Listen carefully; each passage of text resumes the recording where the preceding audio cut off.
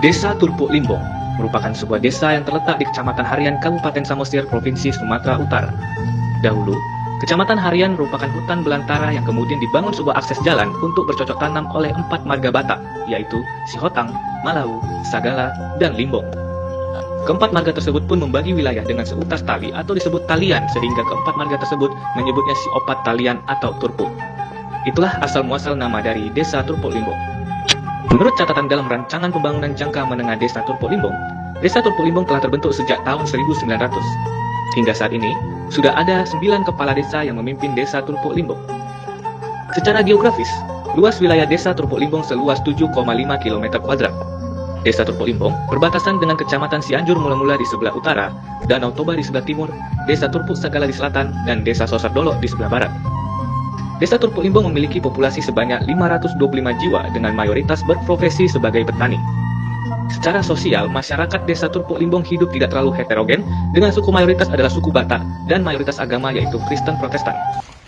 Assalamualaikum warahmatullahi wabarakatuh. Shalom Om Swastiastu, Namo Buddhaya, salam kebajikan. Perkenalkan, saya Jero Tampu Bolon, salah satu dari anggota dari kelompok 1 politik lokal dan otonomi daerah. Dan saat ini, saya dan teman-teman saya berada di Desa Turpuk Limbong, Kecamatan Harian, Kabupaten Samosir, di mana hari ini kami akan meneliti dan mencari tahu dan bahkan belajar bagaimana sih dinamika pemerintahan desa yang ada di sini. Setibanya kami di Desa Turpuk Limbong, kami berangkat menuju kantor Desa Turpuk Limbong dan telah membersamai kami Bapak Victor Sinaga selaku Kepala Desa Turpuk Limbong yang telah menjabat dari tahun 2020 untuk mencari tahu lebih lanjut bagaimana dinamika pemerintahan desa yang terjadi di Desa Turpuk Limbong. Kalau untuk di desa sendiri Pak, selama Bapak di Kepala Desa itu kira-kira udah ada program apa saja yang Bapak jalankan? Jadi kalau program ini sekarang ini, saya katakanlah desa saya ini hampir 1 miliar. 200 juta itu sudah minimal kita anggarkan untuk program ketahanan pangan. Itu aturan dari pusat itu. Apa saja itu programnya itu? Contoh, bisa kita memberikan bibit atau pupuk. Itu minimal 20%. Berarti itu sudah di angka 200 juta. Ya kan? Termasuk juga untuk alokasi program ketahanan pangan untuk membuka jalan usaha tani. Itu menunjang program ketahanan pangan.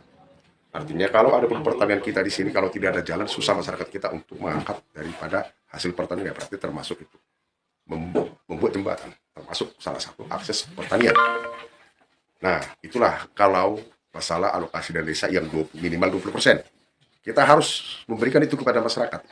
Tapi tidak boleh berupa uang. Kalau misalnya program ketahanan pangan, nggak boleh. Harus dari desa semua itu. Nah, dokumentasinya ada di sini. Yang kedua, 0 sampai 20% untuk BLT. Boleh dinolkan? Boleh. Boleh dimaksimalkan 20%? Boleh. Tetapi kita harus melakukan itu musyawarah di desa. Nah, contoh, untuk masalah program ketahanan pangan, kita bermusyawarah di desa, apa aja yang harus kita beri. Masyarakat yang menentukan itu. Yang kedua, yang ketiga, dana desa itu kemana saja uangnya. Nah, paut kita adakan di Desa Turpuk Limbong ada pautnya 2. Nah, honor daripada guru paut itu kita dari dana desa. Jadi kita kasih honor sekitar berapa Ibu ya? 820 sekarang ya Bu ya? Tahu? Berapa honor tutor paut kita? 20. Udah ikut dengan apa? BPJ. 800. Nah, di desa kita ada 5 tutor pautnya. 8 kali 5. 5 kan sekarang kan? Jadi kalau masalah penggajian tergantung siswanya. Ada takarannya. Nah, berarti kalau 8 kali 5 berapa itu? 4 juta. Kali 12. Nah, dari dana desa, milik desa. Permodalan dari dana desa. Dan kita sudah lakukan itu. Dan terima kasih dari badan usaha milik desa, biarpun nggak seberapa penghasilannya, tetapi badan usaha milik desa sudah bisa mentransfer penghasilan ke rekening desa. Apa aja itu Pak? Badan usaha desa. Usaha sekarang fishing camp, wisata alam Sirubung yang dikelola oleh BUMDes, itu ada di sana. Ini, jadi kita harus pahami ya, musyawarah itu adalah undang-undang. Dan siapapun sebenarnya tidak boleh menabrak. Yang bermusyawarah itu BPD dan masyarakat. Biar kita pahami nanti ya. Nah, Anda juga nanti harus memahami itu. Setelah musyawarah masyarakat dan BPD, sudah ada item, kita hanya menonton, melihat. Musyawarah ini, pekerjaannya apa? Ini.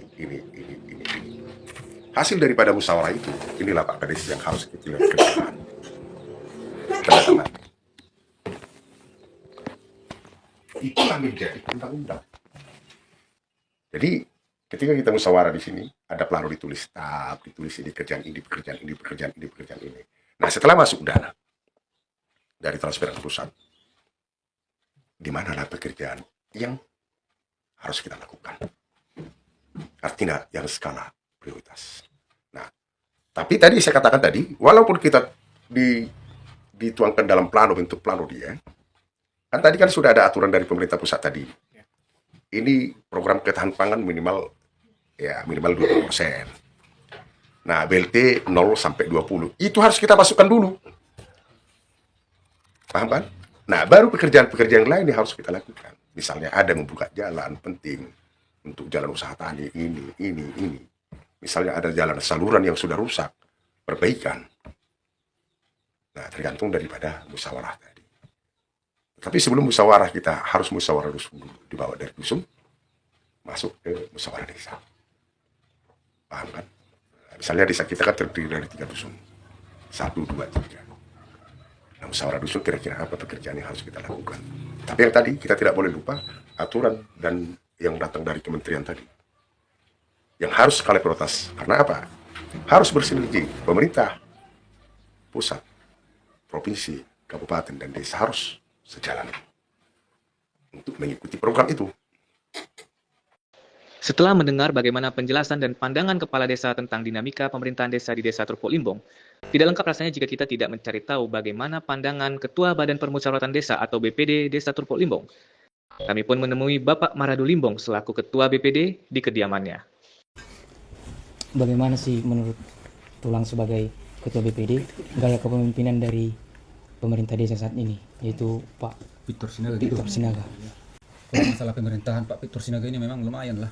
Boleh dibilang kepala desa yang paling tegas, jelas. Itulah kalau di Kecamatan Harian Bowo ini. Itulah. Kemudian Tulang kami akan bertanya perihal partisipasi masyarakat Tulang dalam proses pengambilan keputusan dan kebijakan di desa. Ya itulah yang kurang. Selama ini saya sebagai Ketua BPD, kalau ada penundangan musrembang ini masyarakatnya kurang ada respon gitu, kurang mengerti apa ini, kenapa undangan ini datang. Kalau kita diundang untuk musyawarah, seharusnya kita kan hadir.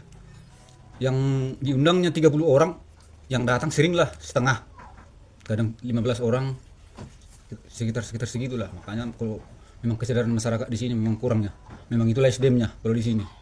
Tulang kami akan bertanya perihal hubungan antara pemerintah desa sebagai eksekutif di sini dengan Badan Permusyawaratan Desa sebagai legislatif. Ya sebetulnya kalau hubungan kami dengan kepala desa baik-baik saja. Yang penting kami sebagai BPD kami awasin apa yang pemerintah desa kerjakan. Jangan sampai ada yang menyeleweng. Yang jelas kami ajukan ini kerjakan. Sejauh ini Tulang tantangan yang dihadapi Badan Permusyawaratan Desa ini apa saja Tulang? Itulah terkait yang saya bilang tadi. Yang biasanya kan di sini kalau ada rapat musrembang yang membuat undangan itu kan BPD. Kalau musrembang ternyata diundang 30 orang, yang datang cuma 15 orang, itulah kendalanya. Kadang datang mempertanyakan dari kecamatan fasilitator, kenapa gini. Terus kita menjawab, memang undangan kita jalankan segini, tapi masyarakatnya nggak ada kesadaran. Di sela-sela penelitian, kami menyempatkan waktu untuk melihat proyek pembangunan jembatan di Desa Turpuk Limbong yang kami dapatkan informasinya secara langsung dari Bapak Kepala Desa. Dan nantinya, jembatan ini akan digunakan untuk mempermudah akses jalan masyarakat. Kami pun turut melihat secara langsung masyarakat Turpuk Limbong dilibatkan dalam pembangunan jembatan ini. Dan pembangunan jembatan ini menggunakan dana anggaran pendapatan belanja desa atau APBDes. Setelah menggali informasi dari Kepala Desa dan Ketua BPD, untuk lebih lanjut, kami pun menemui seorang tokoh adat terkemuka di Desa Turpuk Limbong bernama Bapak Aron Limbong. Di sini kami ingin menanyakan bagaimana sih gaya pemerintahan dari Bapak Victor Sinaga itu sendiri selama menjadi kepala desa itu di desa sini. Kalau pemerintahan Situlang itu baik-baik saja, dekat sama masyarakat. Tapi setidaknya kalau yang diomongkan hampir setengahnya nggak kelaksana. Ibaratnya dia termasuklah dia ngomong selangit, pelaksanaan tipis. Itulah dia. Tapi kalau memang pemerintahannya sampai saat ini masih bisa akur-akur aja sama masyarakat. Dari Bapak Kepala Desa Bapak Victor Sinaga sendiri, menurut Amang Guru, program apa saja yang sudah dilakukan dan apakah program itu berjalan secara efektif menurut Amang Guru? Program yang dijalankan jelasnya ada pasti. Soalnya sih pembangunan yang ADD kami itu berjalan dengan lancar sesuai dengan biaya yang datang dari pusat. Terus Amang Guru tentang kayak misalkan tadi kepala desa itu ada buat program BLT, bantuan ketahanan pangan sama akses pertanian gitu kan Amang Guru. Menurut Amang Guru dengan program yang sudah dijalankan sama kepala desa itu masyarakat itu sudah cukup tersejahterakan atau belum Amang Guru? Setahu saya, kalau ibaratnya bantuan pangan apa memang kayak BLT banyak yang menerima. Sampai saat ini masih jalan. Kedua, sumbangan untuk bibit-bibit pertanian kami ada.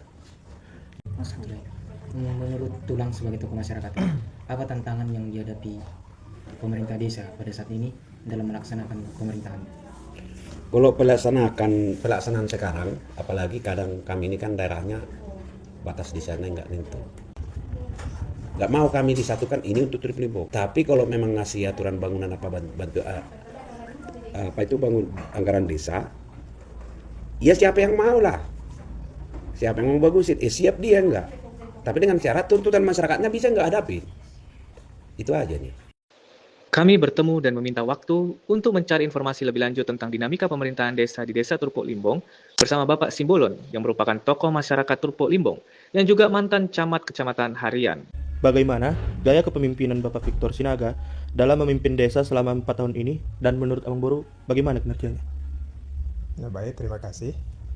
Terkait dengan kepemimpinan kepala desa kami atas nama Victor Sinaga, sebenarnya ya kalau masalah gaya kepemimpinan saya salut, bagus. Dari 13 kepala desa yang ada di Kecamatan Harian ini, boleh saya katakan kalau masalah gaya kepemimpinan jadi nomor 1. Terkait juga dengan perkembangan zaman, ya boleh dikatakan yang bisa mengikuti alur pemerintahan itu termasuk baru beliau itu. Pertanyaan selanjutnya, menurut Amang Guru, program apa saja yang diberikan pemerintah desa yang diberikan kepada masyarakat desa? Menurut Amang Guru itu sudah efektif atau belum? Terkait dengan program, karena kita mengetahui sedikit terkait dengan tata kerja pemerintahan desa itu, ya terkait dengan program itu kan sudah direncanakan, itu sebelum dilaksanakan sudah ada dulu perencanaan. Ya katakan ada itu yang perencanaan 5 tahunan, ada yang 1 tahunan. Soalnya semuanya sebelumnya sudah direncanakan. Itulah yang direalisasikan, dibagi. Kemudian pupuk yang bagaimana kira-kira, pupuk apa, pupuk yang begini, ya udah. Dan pembagiannya itu juga dibahas itu bersama masyarakat.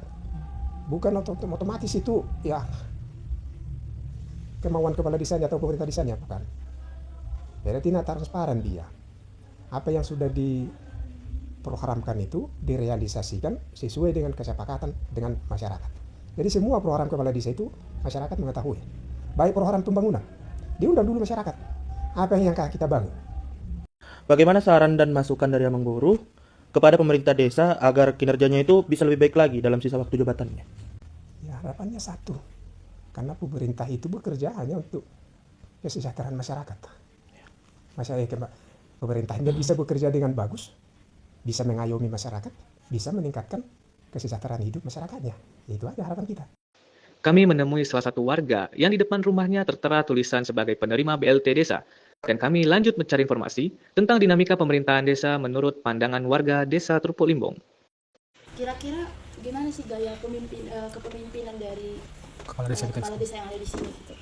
Dekatkah ke masyarakatnya atau bagaimana? Ya kalau apa yang kepala desa kita memang dekat masyarakat, bukan ke masyarakat. Memang dia bukan di lingkungan ini ya, tapi kalau saya lihat sehari-hari ini memang tugas dia. Terus Tulang, kira-kira untuk program apa saja yang diberikan dari pemerintahan desa ke masyarakat, apakah sudah berefek baik gitu bagi masyarakat?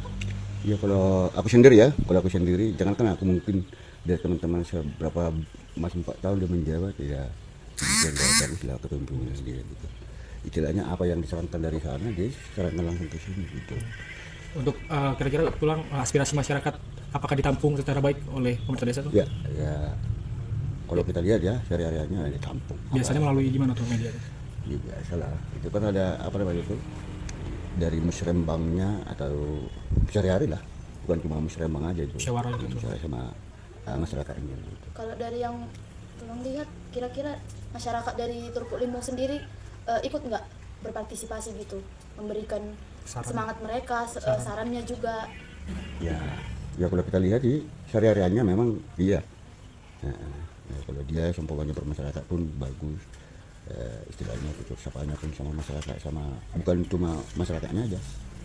Lagi pula dia putra daerah kan gitu. Desa Turpuk Limbong memiliki dinamika yang cukup menarik perhatian untuk dipelajari. Pandangan dari pemangku jabatan dan masyarakat yang memiliki pro dan kontra membuktikan partisipasi dalam politik otonomi berjalan di Desa Turpuk Limbong. Demikianlah penelitian kami tentang dinamika pemerintahan desa di Desa Turpuk Limbong. Horas.